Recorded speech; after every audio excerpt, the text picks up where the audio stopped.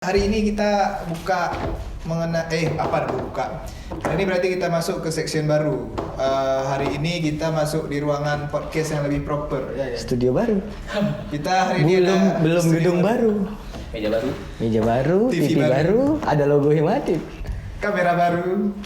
Jadi tempat podcast kita kemarin gimana? Sebenarnya bagus. Cuman kurang proper di suara. Ya bergema ya, terlalu bergema. Habis itu pun ya gitu. Gitulah. Aku gitu. kayak bayangin gitulah di setiap podcastku selalu ada pasti kata iya gitu lah. Ya kalau nggak ya gitulah ya mau gimana lagi. Iya. Mau gimana lagi. Oke, Jack. Jadi Jackun. Apakah itu nama yang familiar di kalangan kita? Kami memanggilnya itu. Nah, giliranmu. Jadi ginilah. Hari ini kita masuk ke bagian podcast mengenai kaderisasi gitu kan.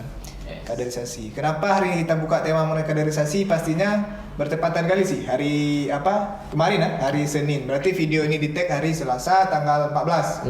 Nah, jadi kemarin hari Senin itu pertama kali mahasiswi Universitas Malikus Saleh masuk ke ranah kampus.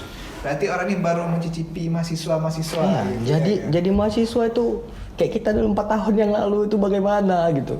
Bagaimana kita ditarik sama abang-abang kita sampai sekarang kita berada di posisi kayak gini gitu kan. Nah, orang itu pun juga bakal ngerasain tuh prosesnya, kayak mana caranya kau manajemennya gitu. Jadi guna kaderisasi itu apa?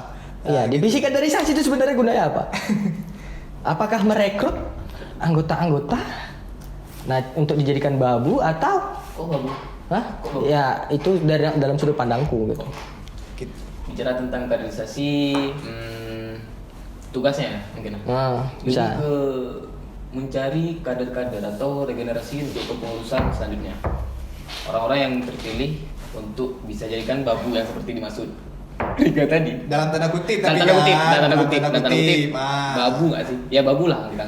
Dalam tanda kutip. Bukan babu enggak. Aku ngerasa Enggak kayak babu sebenarnya. Gini, babu kan dia istilahnya babu itu dia dikerjain paksa. Yang dikerjain itu dia nggak suka, itu babu gitu. Nah, itu pun tidak digaji pasti. Itu nggak digaji. Kalau ini aku suka ngerjain ini gitu. Nah, itu kan bukan babu hitungannya. Itu passion. Jadi istilahnya gini, kau tahu narik orang yang memang sesuai dengan kesukaan dia untuk ditempatkan kemana gitu kan. Nah, itu di salah satu untuk mengembangkan kemampuan yang dimiliki. Jadi nggak ada kesan terpaksa dalam kaderisasi ini gitu kan. Dan untuk kader-kader nih, kita lebih menekankan tuh orang yang mau, bukan tuh orang yang bisa. Banyak orang bisa tapi orang nggak mau. Dia kadang ya kayak pengalamanku lah, dia ada yang bisa. Aku ngerekrut juga itu beberapa anggota divisiku kayak dia bisa gitu.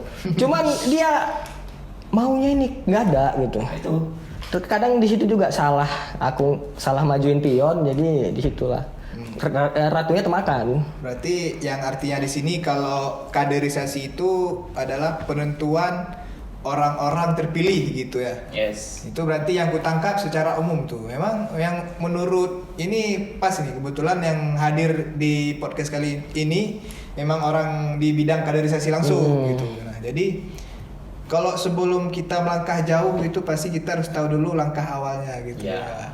Jadi kaderisasi itu menurut pandangan dari seorang gondrong. Ketua kaderisasi, ketua divisi kaderisasi di banyak gondrong lelo. Himatif. Ya, jadi kita kecilkan lagi seorang kadif kaderisasi gitu. Menurut pandangan. Sebelum lanjut ke situ, aku pengen tanya nih, apa semua kaderisasi itu rambutnya gondrong-gondrong? Oh tidak. Soalnya dari Ombo, Bang Sabu, kau, Ombo pernah keribu.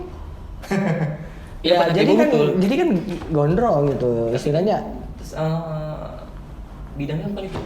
Apa gondrong itu mewakili gitu kan dari kaderisasinya? Enggak. Jadi gondrong itu hanya apa sih penampilan? Idealisnya. Gitu. Nggak jadi suka lebih ke penampilan aja.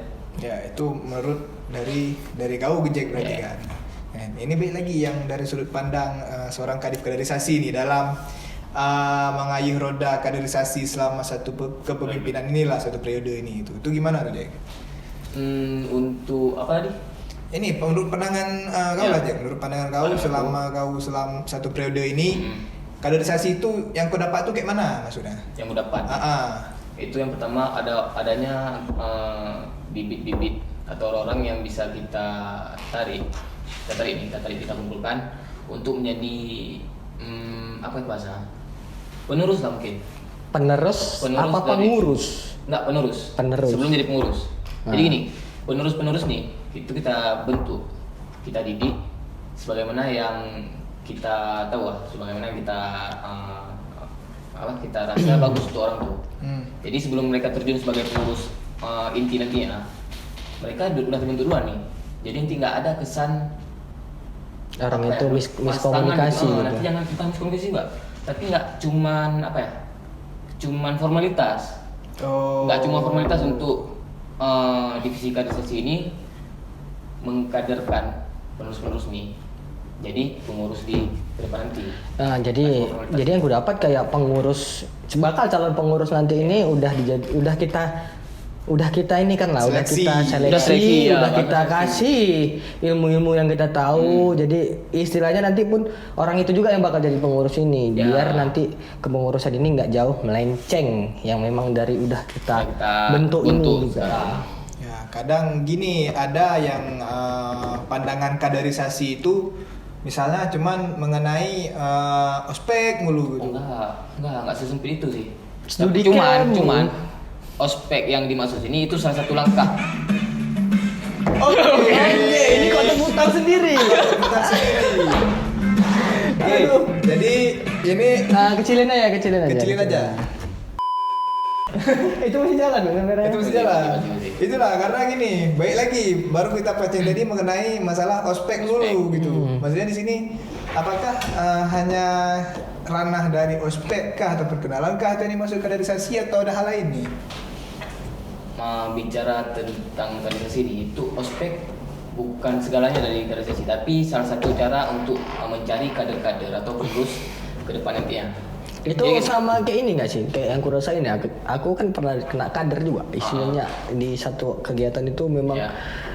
kita di-push gitu sampai batas limit mana kita bakal bertahan. Nah, jadi ketika kita merasa tertekan, apa yang kita punya ini keluar gitu. Potensi terbaik dari manusia ini keluar kan? Bahkan dari dalam diri kita Ya. sendiri tuh keluar. Nah, itu yang gue dapat. Itu salah satu cara. Cuma nggak kita tekankan karena mungkin ada beberapa orang yang nggak sanggup dengan hal itu. Iya, tekanan dia nggak sanggup. Ada orang yang udah kita tes keluar. kayak itu langsung Tumbang. Tak kuat. Nangis. Iya, ada yang nangis.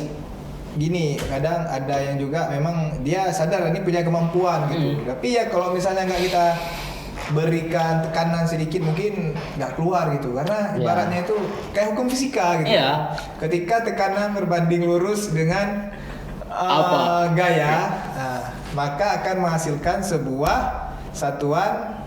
Itulah namanya lupa. Aku lupa. Kau belajar dari mana? Fisika, Cok. Kami anak biologi. Fisika biologi beda. Iya. Ya. Tapi balik lagi nih, jangan dulu masuk ke sana kan. balik lagi. Ini masuk ke dalam ranah kaderisasi kita Nah. berbicara gitu. Ranah ospek tadi, kan kita bicara masalah ospek nih. Ospek salah satunya itu ada PKKMB yang kita lebih dikenal di kampus. Ya. Pengenalan kehidupan kampus bagi mahasiswa baru. Itu awal. Awalnya kan. Nah, di situ karena emang kita selaku himpunan yang menjadi pelaksananya, kita bisa terjun langsung. Berarti untuk di lihat. situ secara nggak langsung kita saring lah orang. Kita cari emang orang yang banyak loh cara saringnya. Kita cari orang yang bermasalah. Iya. Kita cari, oh iya betul. Kita yang paling banyak tuh orang bermasalah tuh. Orang bermasalah mungkin di awalnya bermasalah. Entah itu dia melawan, entah itu dia membangkang. Orang-orang kayak itu nanti yang akan jadi penerus yang yang punya kemampuan, Potensinya gitu. punya potensi terbaik. Nah, jadi kenapa harus orang-orang kayak gitu? Kenapa yang baik-baik ini enggak gitu?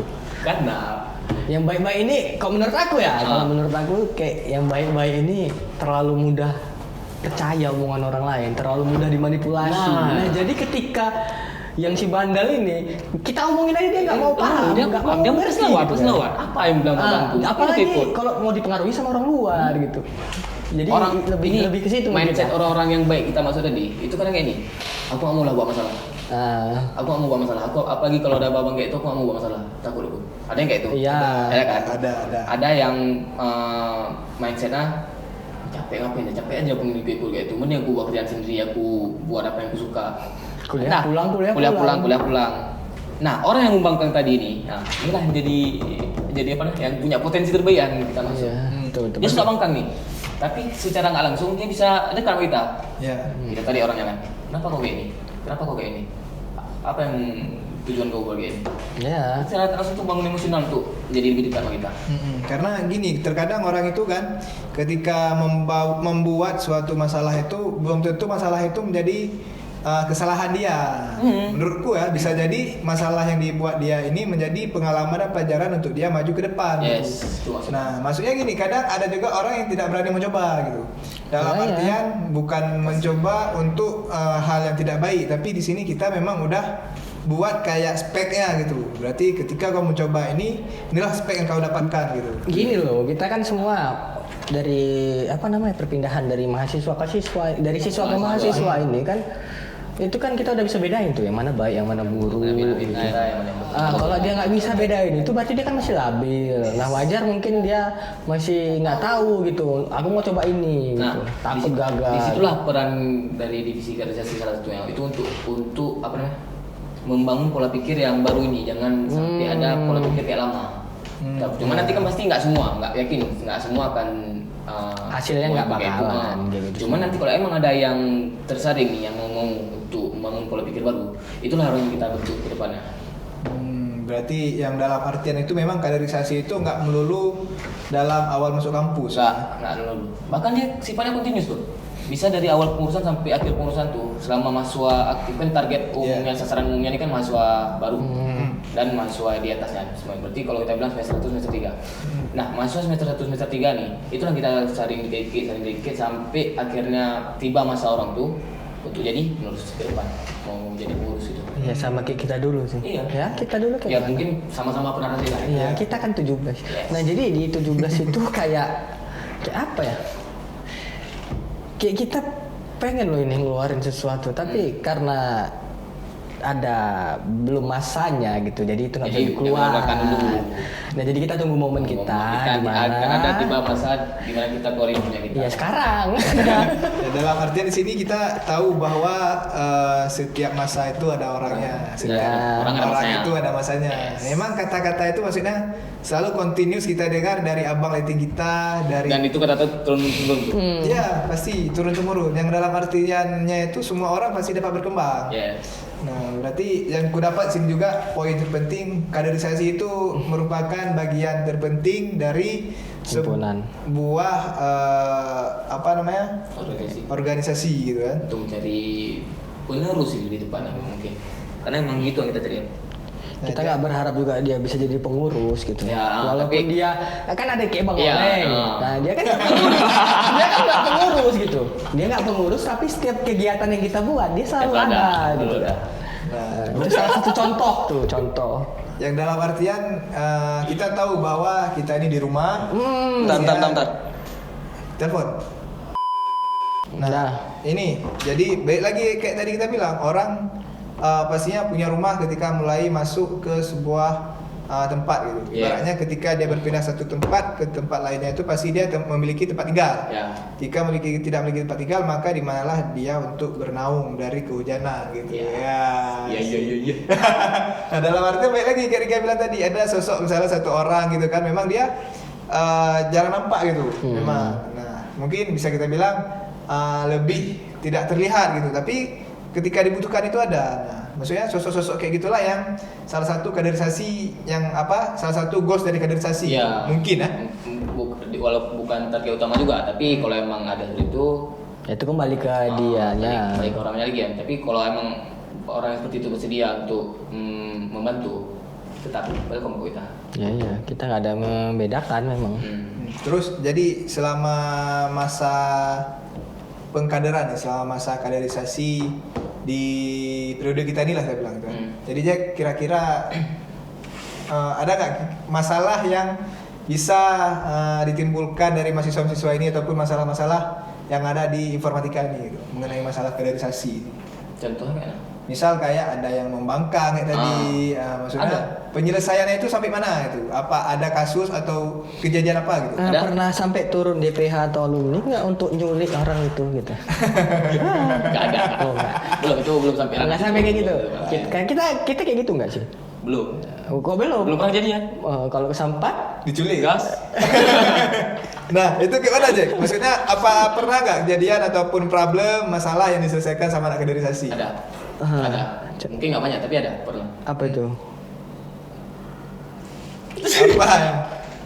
Tapi yang si orangnya ini belum pernah nampak. Itu yang kurangnya. Kayaknya aku mulai ada. nyambung ya. Nah, tapi ada satu orang. Itu waktu kejadian di Banda Aceh. Kita jadi peserta Timnas. Ya. Ada satu orang tuh. Di sekretaris himpunan atau sekretaris himpunan atau orangnya di samping. Padahal kami bertiga. ada dia ikut ya. Kami bertiga nih. Mm-mm. Kami bertiga.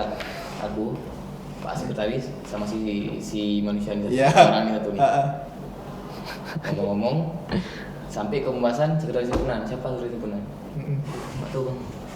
Penting Nggak tahu, bang. Padahal baru kali itu sekum bisa jalan-jalan gitu. Iya. Nggak pernah Nggak Himatim pernah itu sekum, sekum keluar. Keluar gitu. gitu kan. Tapi ini nggak tahu kenapa kayaknya bonus Timnas kita tinggi semua. Ya. Ke Sabang. Itu banyak kejadian sih ketika itu apa sekretaris itu. Bentar, ini tadi dia nggak tahu loh sampai posisi sekretaris umum nih. Dia nggak tahu siapa. Iya, jadi Pres, di situlah momen penyelesaian. Pres emang sampai kayak dia kalau bagi aku selaku mana untuk organisasi ini, dia nggak punya tanggung jawab untuk nggak merasa ada tanggung jawab untuk mengenal siapa teras, siapa pengurusnya, sampai posisi sekretaris umum dia nggak tahu. Di situlah aku Pres, saya kayak kau di himpunan loh, masa iya nggak kenal siapa sekretarisnya? itu untung kali nanya, sempat orang lain yang nanya gitu.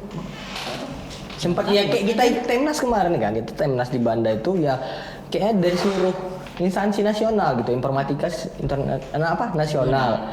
Nah, kalau misalnya dari kampus lain tuh nanya dia kan, Makanya jadi itu dia jelek yang- juga kita. itu yang kita- gitu kan. yang kita takutkan. Yang kita hindari gitu ya. Misalnya nih, datang orang luar. Dari mana? Unima, motif Unima. Siapa sekretarisnya dia? Siapa ketuanya? Ketuanya mana? Kita Pak Ketua mungkin udah banyak tahu. Oh, yang itu siapa? Nggak tahu bang. Yang ditunjuk pada sekretaris. Yang ditunjuk, yang jawabnya. Bentar bang. Iya, dari situ Iya. penilaian orang. Nah, itulah kita selesaikan. Nah, yang Itu artinya selesaikan. itu dia singgah tapi tak sungguh. Yes.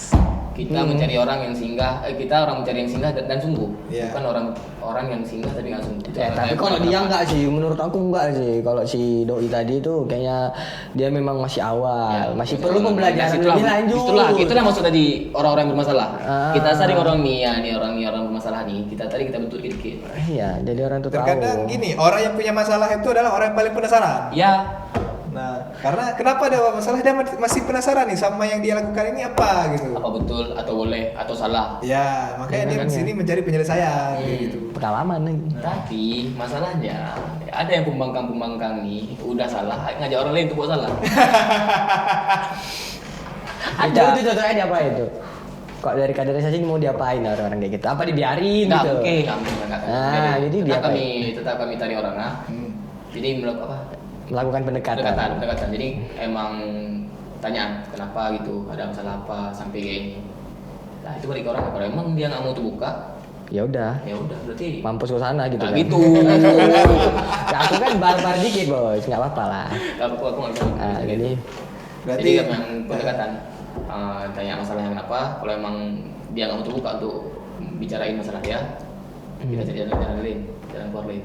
karena yang kita tahu pun setiap orang masih punya masalah pribadi gitu kan. Dan- Cuman ya baik lagi di masalah kaderisasi ini itulah yang mungkin kita di sini memilih kader ini untuk gimana bilangnya, enggak seperti bangku kosong gitu ibaratnya. Iya. Itu jadi kayak mana? Pernah dengar nggak sih kayak 50 rasa satu orang gitu? Iya. Iya memang. Atau 7 orang rasa 1 orang itu. Iya. 6 orang rasa 1. Itu. Itu kan dari Soekarno tuh, beri aku 10 pemuda, Nah, maka pemuda kan kuncung kan dia. Ya, jangan udah 10 pemuda, 10 pemudanya enggak guna semua. AFK. Masalah AFK itu udah AFK, nggak beritahu kemana. Nah, itu dia. Yang seharusnya AFK itu gini, mungkin, oke aku nanti AFK, aku ke sini, tahu Tahu kemana. gimana. Jadi emang kita- ada dia kita enggak lanjut gitu. Kita enggak ini, kita enggak enggak mikir aneh-aneh. Iya. Enggak. Ini mana kawan nih? Kok enggak pernah nampak lagi atau apa gitu. Jangan udah AFK, langsung hilang, langsung off gitu. Misalnya AFK. Pemberitahuan enggak ada. AFK pemberitahuan lah. Misal aku kamar mandi izin bentar kayak gitu kan. Nah, sering kita mainkan lah away from keyboard. Away from Ya. keyboard. Nah, Ini enggak tiba-tiba kok diam. nah kita lagi dalam perang nih ibaratnya. Kita lagi dalam perang. Enggak enak. Jangan tanya, jangan sampai bocor tadi Nah, kan. Oke, oke, yang jadi benar. kayak mana Jack? Ini Itu kita kalau kamera mati kita nggak tahu. Kita sampai mana ngomong. Anjir. Iya sih, minta tolong orang mas, dapat cari 1 orang. Lagi. Jadi tadi ada kesalahan teknis lagi sih sebenarnya. Nah, kesalahan teknis kita nih. Ya, Tak karena apa-apa ya. pembahasan kita ini lebih berat soalnya Iya. hari ini. Di tempat yang tidak Ya, begitulah. Ya, ini sebenarnya Enggak sih, gedung kita sendiri kok. Iya. di sini gedung kita Rumah sendiri. kita. Rumah kita. Tempat Tapi- kita pulang ketika kita lelah dengan di luar. tapi ada penggiliran. Ya, setiap rumah pasti ada. Pernah dibacain Yasin terutama. Nah, apa itu Intermezzo aja lah, Intermezzo. intermezzo aja ya kan. biasa. Baik lagi sini kita ke bidang kaderisasi gitu mengenai sekret lah gitu bilang sekretariat ataupun kantor tempat kita berhimpun gitu tempat kita duduk sama-sama. Oh, diskusi. Itu dulu kalau nggak salah pernah tuh kejadian ada mahasiswa kita yang katanya itu takut masuk sekret gitu. Karena apa? Trauma dia. Nah, Trauma karena Gara-gara kau buat nangis. kok aku? Iya. Kita panggil nih orangnya nanti. Boleh. Kalau ada ya. Biar kita tanyakan nangisnya karena apa. Nanti. Nah, tapi Kalau ini misalnya- itu misalnya betul-betul di penasaran. luar dugaan sih sebenarnya.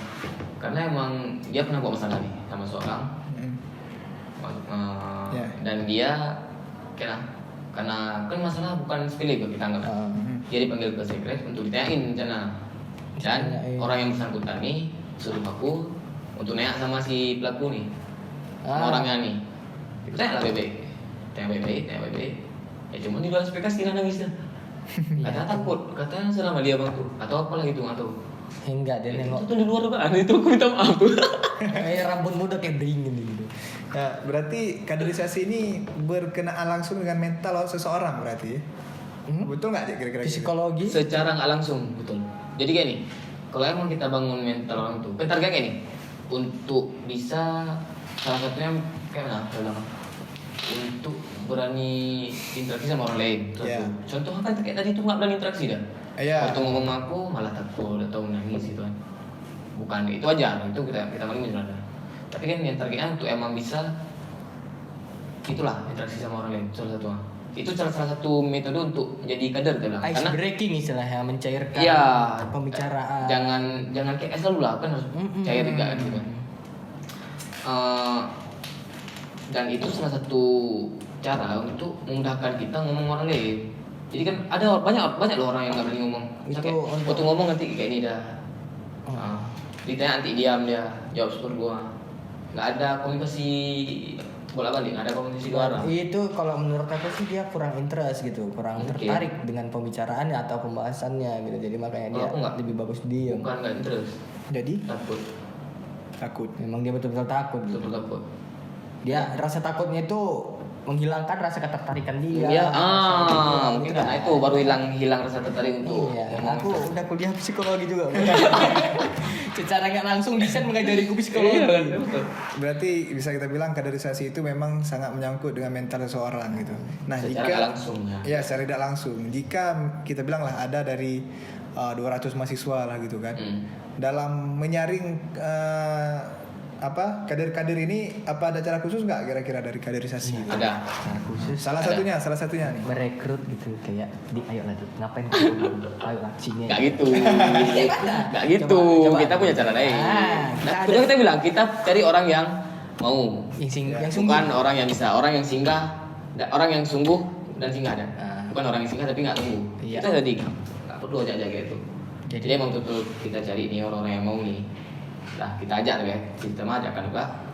Dek kami ada ini, ayo ikut. Kalau emang mau, Ayo. ayo. Kalau nggak mau itu pilihan dia. Nah, kalau mau dia pilihan dia. Berarti emang itu luar tanggung jawab kami. Jadi Bukan luar tanggung jawab sih bahasa. enggak, aku nggak Tapi salah. emang Aku dengar kan ada oknum gitu kan, oknum dari luar. Nah, jadi dia masuk dan cara ngajaknya tuh lucu. Kayak mana tuh cara ngajaknya, Gak? ya udah aja. Cara ngajaknya tuh kayak ya udah gitu. Mau masuk nggak sama kami? Di kami ini ada kayak gini. Tapi yang nggak salah dengarku lagi ya, di situ dia ada ngomong kayak dia apa ya? Gimana? Ngapain lah kau di rumahmu itu? Nah, Kayak istilahnya ya udahlah, di rumahmu itu jelek loh. Kayak gini. Itu Kau cuma jangan- dimanfaatin loh. Itu nggak bisa. Nah, jadi kan dia udah terdoktrin dia sama Terdoktrin, pemikiran kayak gitu. Terapi. Terakhir dia keluar dari Nah. rumah sendiri. Iya. Nanti kan ujung-ujungnya apa? Yang susah siapa? Kalau menurutku yang susah dia. Iya, Kenapa? kenapa? Karena dia kuliah di sini loh gitu, bukan di yang sana gitu. Hmm. Jadi pas itu kayak aku nggak mau lanjut. Itu ada kadang gini. Udah mulai. Masalah oknum tadi. Udah beres sih, udah nggak. Udah, masalah oknum tadi kan Nah, udah ini yang mau aku bahas sedikit tentang pegadaian. Ya, jadi masuk ke di luar dari yang Riga bilang tadi ya, mungkin itu lebih ke pemilihan seseorang mungkin ya, pemilihan dalam Seleksian. seleksi. Iya. Jadi menurut apa? Jadi kan kita di ranah kampus nih, itu nggak cuma di himpunan aja. Ada yang namanya fakultas. ya. Nggak cuma jurusan, ada yang namanya fakultas, ada yang namanya universitas. Ya. Nah, jadi tugas kami juga ada salah satunya untuk mencari orang-orang yang menurut kami punya kemampuan untuk kita ajukan ke fakultas, baik itu di BEM atau DPM, Sebagai delegasi. dan juga di univ, di Iya. tingkat universitas. Kalau untuk eksternal ada nggak gitu delegasi dari kita? Oh enggak ada. Kita bicara masalah kampus. Oh, kita kita- yang oh, ranah nanti kampus saat kita di ya? kampus, Oh, nggak akan keluar. Enggak. Berarti kita di sini berbicara ranah kampus. Nah kalau misalnya kemungkinan terburuk kaderisasi itu dipegang sama istilahnya kita bilang orang Orang luar. Orang luar. Nah, itu balik lagi ke kebijakan pemimpin ke depannya. Nah kalau memang misalnya mau Jadi- kayak gitu, Ya, Rusaklah rumahnya. enggak kita yang udah tadi. membangun abang-abang kita itu Ya. kan nggak bakalan ngebiarin tuh pastinya. makanya. Nah, mungkin situlah peran BPH tadi. Nah ya di situ- apakah situ- ada yang terculik? Ah, Kita iya. nggak tahu. Betul. Nah, jadi Tapi dah tugas kita bersama untuk Menjaga. menjaga ke Ya adat istiadat yang udah apa yang dibangun udah lah. apa yang udah dibangun oleh abang kita dulu tetap terjaga seperti sekarang ini. Jangan sampai ada konflik, ada Yes. ada misalnya kayak vakum lah himpunan itu gara-gara satu periode nggak jelas gitu kan.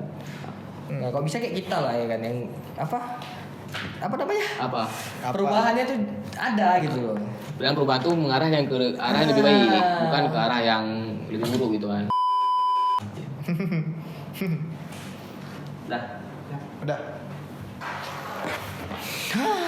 Nah, jadi ketika di dalam ranah kampus, di dalam ranah universitas kita lah Ya, di Malibu ya. Saleh gitu kan, yang artinya pengkaderan itu dia langsung continuous ke arah paling tinggi di tempat kita gitu ya, betul Jack?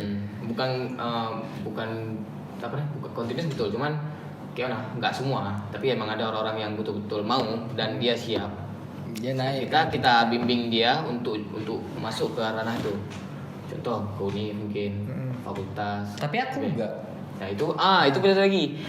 Kalau kayak saudara ini dia punya kemampuan dan dia mau. Iya. Nah kita bicara tadi orang yang punya kemampuan tapi nggak mau. Itu yang kita hindari. Nyari kayak aku di mana lagi? Nah Bisa dikloning nggak sih? Bisa dikloning nggak sih? itu Dikloning gitu apa kan? nah, persentasenya apa? Perbandingannya 1 banding berapa? 1/10. Yes. 1/50 orang 50 tadi ya. 1 banding 50 orang. Nah, 1 banding 50 orang. Bangga sekali aku. Betul emang relate kan? Aku akui. Ya. Aku akui. Jadi bisa kita bilang lah, yang aku dapat hari ini kesimpulannya dari podcast kita ini bahwa kaderisasi itu sangat penting di ranah kampus, terutama di dalam membangun sebuah organisasi dan roda organisasi itu. Dan yang menurutku sih, kalau dari pandanganku kaderisasi itu memang sangat menentukan seseorang ke depannya. Itu terlebih dari kesehatan mental dia mungkin, gitu kan? Kita kan nggak tahu gimana orang mendapat proses pembelajaran gitu. Iya. Bisa di dalam ranah kampus, bisa di luar ranah kampus. Dan yang pastinya sih kalau menurutku menurutku kampus ini penting. gitu, Kampus itu penting. Kampus Tapi itu penting. organisasi Tidak bisa diduakan. Kenapa? Karena kedua buah objek itu tidak bisa dibandingkan. Tetapi alangkah baiknya ketika disandingkan dan berjalan sama. bersama gitu. Nah, Satu pertanyaan sebelum kita akhiri. Apa? Jadi, kau mengkader orang ini, apa kabar dengan dirimu sendiri?